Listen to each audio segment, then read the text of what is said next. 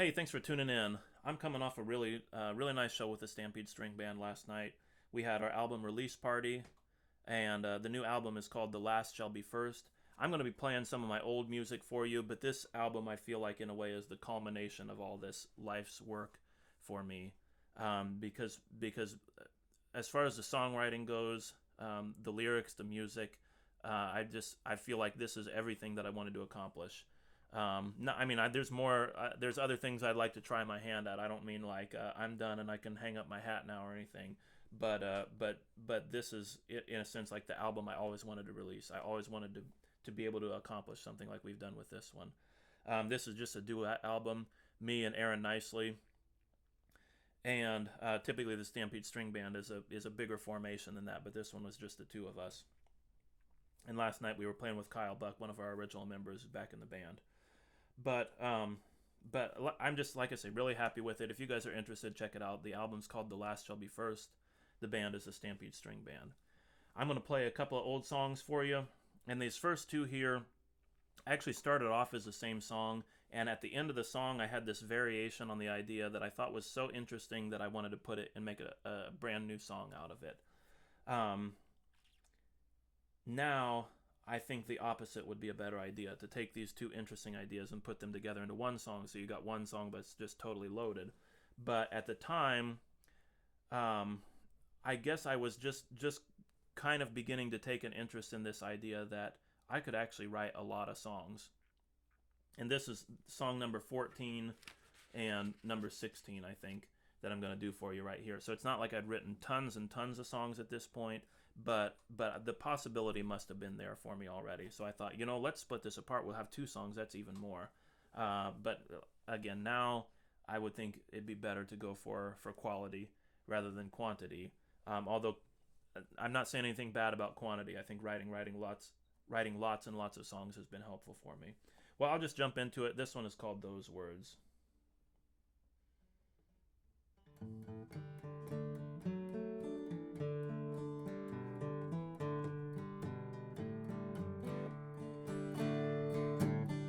When you're looking through an open window, the outside is clearer.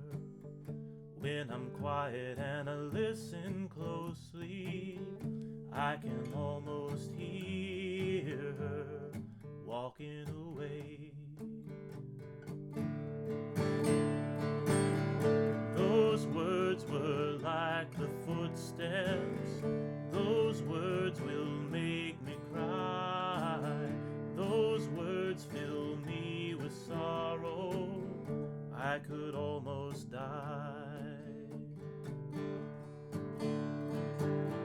When you cannot look into my eyes, something isn't right. Ever since the day you left me, I listen every night, listening for you. Those words were like the footsteps. Those words will make me cry. Those words fill me with sorrow. I could almost die. And I'm still searching for a destination. Tell me, what will it be? I think the future is out of my hands. Maybe someday you'll see, someday you'll know. Those words were like the footsteps. Those words will make me cry. Those words fill me with sorrow. I could almost die. I could almost die.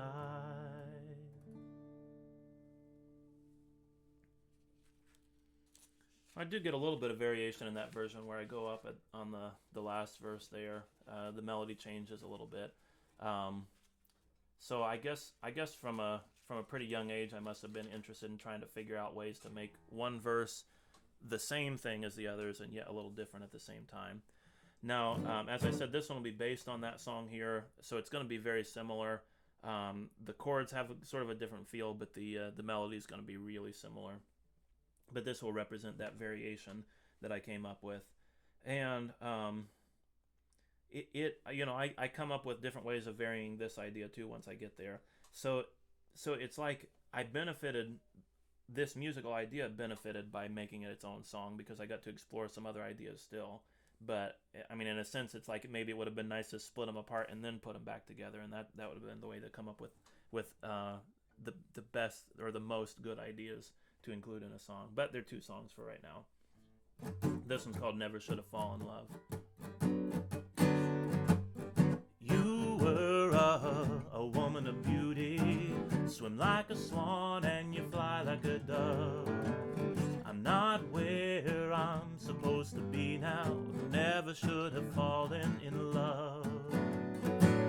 I thought that I knew how you acted, just like the back of my glove. I was wrong, shouldn't have to say that. Never should have fallen in love. Time is a wasted, love is a wasted. She swam like a swan and she flew like a dove. Never should have fallen in love. You were a woman of beauty, swam like a swan and you flew like a dove. I'm not where I'm supposed to be now. Maybe you can see now. Never should have fallen in love. Never should have fallen in love. I'm not where I'm supposed to be now. Maybe you can see now. Never should have fallen in love. I'm not where I'm supposed to be now. Maybe you can see now. Never should have fallen in love. Never should have fallen in love. Never should have fallen in love. I barely even wrote anything new on that song. I just repeated the same things over and over again, the same verses and everything. But anyways, well, I don't know. I don't need to comment too much more on them. There are a lot of interesting ideas, and I think it'd be cool to have them all in one song because they're very similar anyways. I don't like for two of my songs to be that similar. And it's great. I think it's great if I can have one song that has some interesting variations that it finds within its own structure. But then they're both songs that are like post breakup, and I think there's like this interesting turn. There's still like there's sort of both regrets either way, but the flavor of regret is very different in the second song, and so I think there's a big shift in attitude that takes place from one song to the next, and I think that's also a neat thing to include in one song. I'm feeling this way about it. I'm so down and sad and depressed and everything, and then this "never should have fallen in love." That sounds like a depressing thing to say, but the spirit of the song is like. It feels more positive and more like I'm moving on. You know, this was a mistake, but it feels like life is getting better in that second song, even though lyrically it doesn't communicate that. Okay, I'll just move on to another song here. I don't think I've got any comments on this one here. This is called "Stand by My Side." I'm never, never, ever turning around. Never gonna leave you behind. I'm looking out a window. Gotta ask you one thing. Everything will be alright. Stand by my side just a moment longer.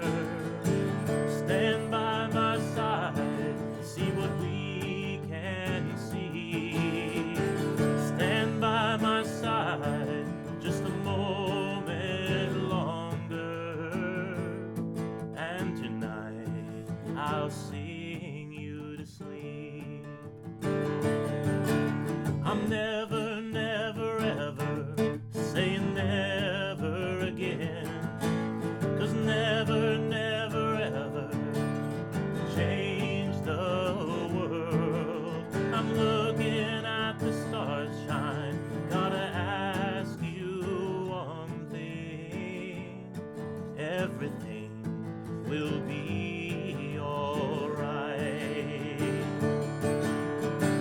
Stand by my side just a moment longer.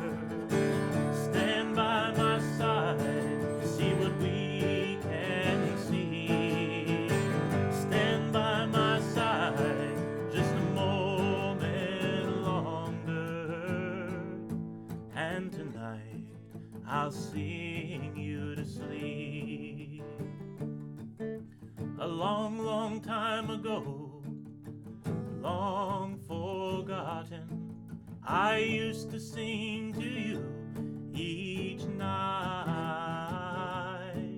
I'm looking in a candle, gotta ask you one thing. Everything for you, my dear. Stand by my side just a moment longer. Stand by my side, see what we can see. Stand by my side just a moment longer. And tonight I'll sing you to sleep.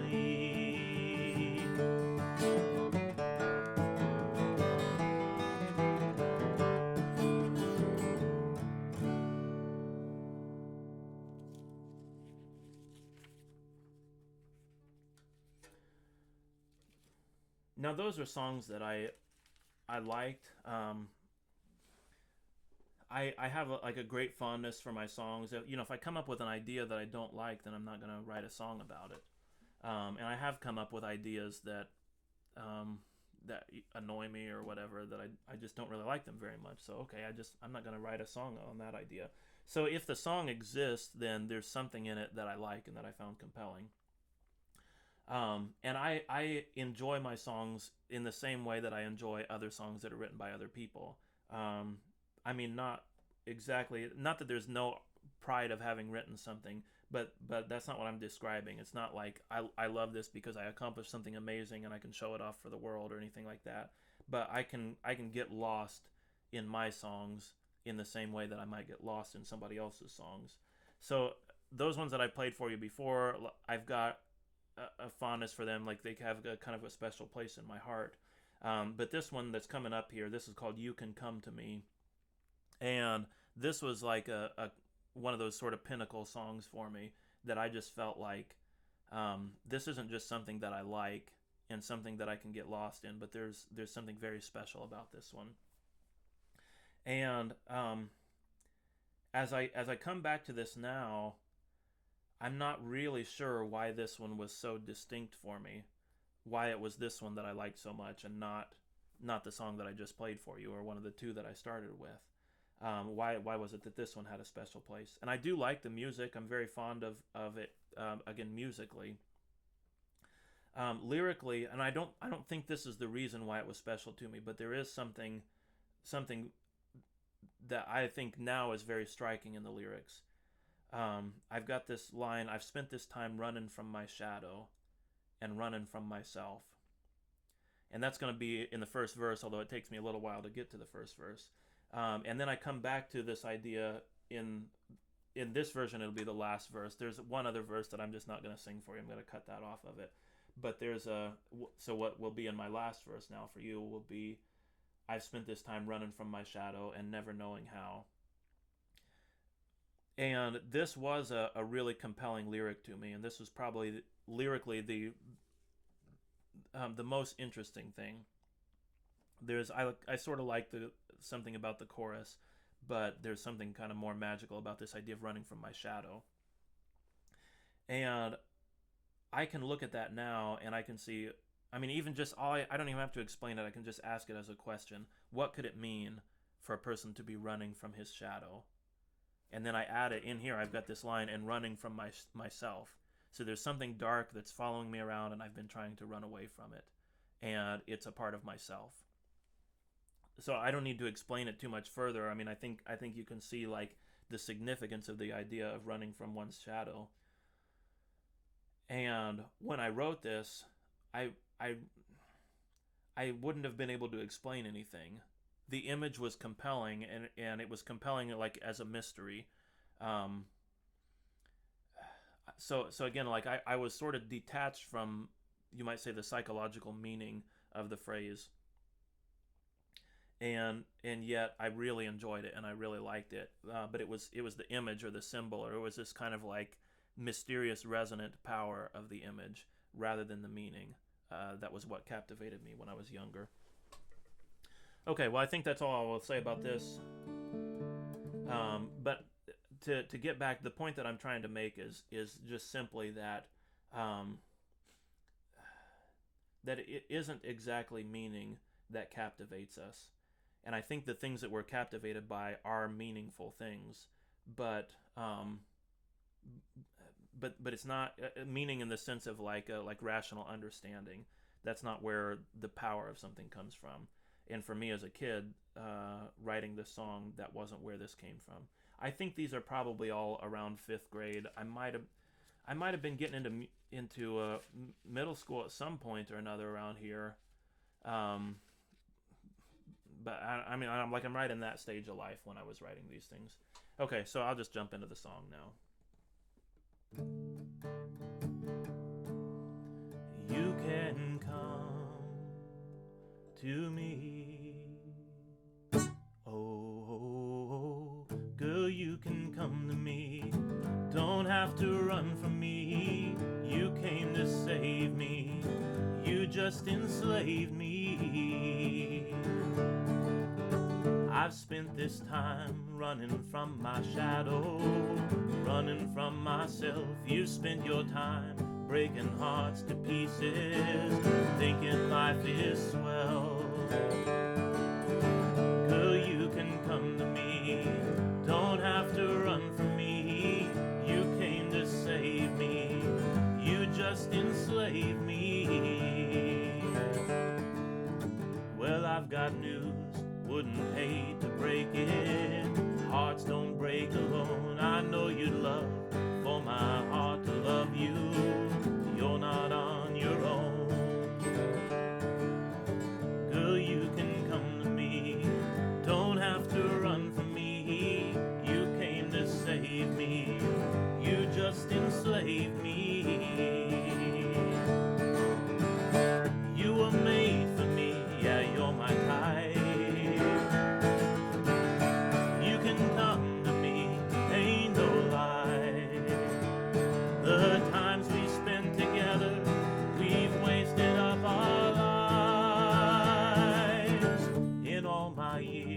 I have never loved you like I love you now. I've spent this time running from my shadow, never knowing how. Girl, you can come to me. Don't have to run from me. You came to save me. You just enslaved me. You can come to me.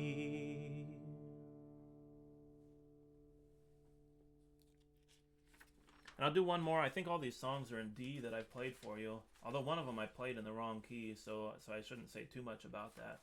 But I think really that just has more to do with when I started learning to play guitar. D was a pretty easy key to sing in, or to play chords in rather. So when I came through and I wrote chords for a lot of these songs, I would have been in high school. I mean, there's lots of songs. Actually, I've got songs that I've never gotten around to writing chords for because I wrote them before. I wrote the songs before I played guitar, before I knew anything about chords. And I just haven't completed the task, I don't think, of writing chords for all of them. But all these early songs were particularly important to me. so I made sure to get chords to them as soon as I was able to. This will be the last one that I'll play for you. All these tunes so far are ones that I wrote by myself. In other videos, I told you about writing songs with my oldest brother, and his musical taste kind of shifted a little bit. He lost some interest in the kind of things that we were doing with the band.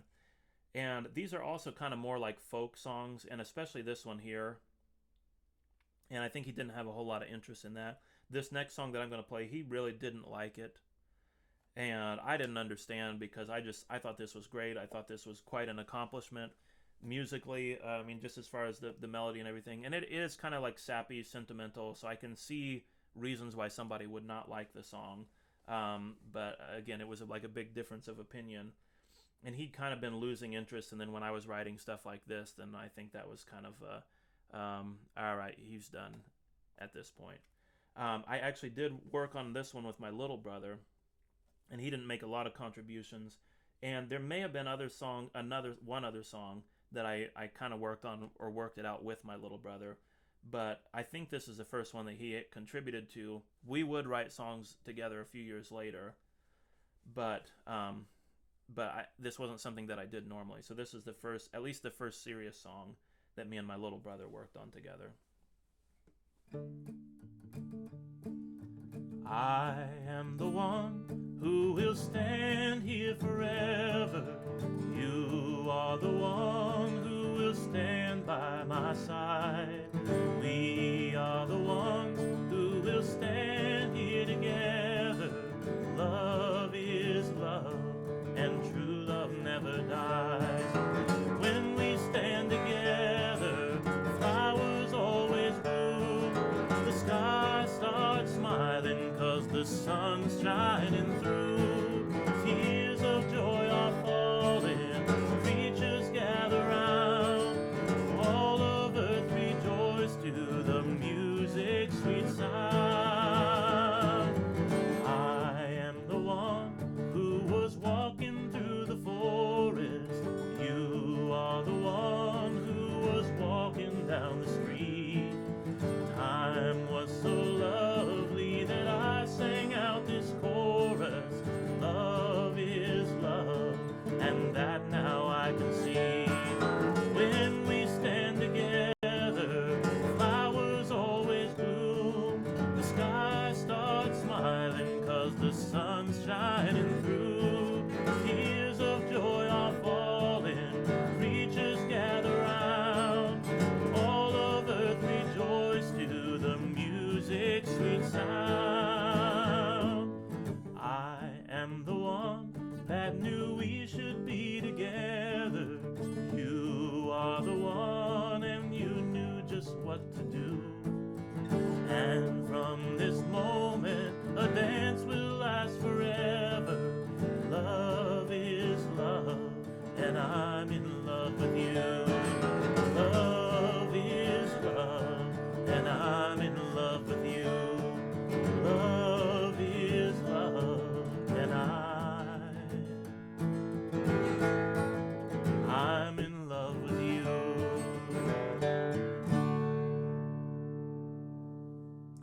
Okay, and I think that's all I'm going to do for you right now. So thank you guys very much for listening. Hope you enjoyed it. Tune in next time.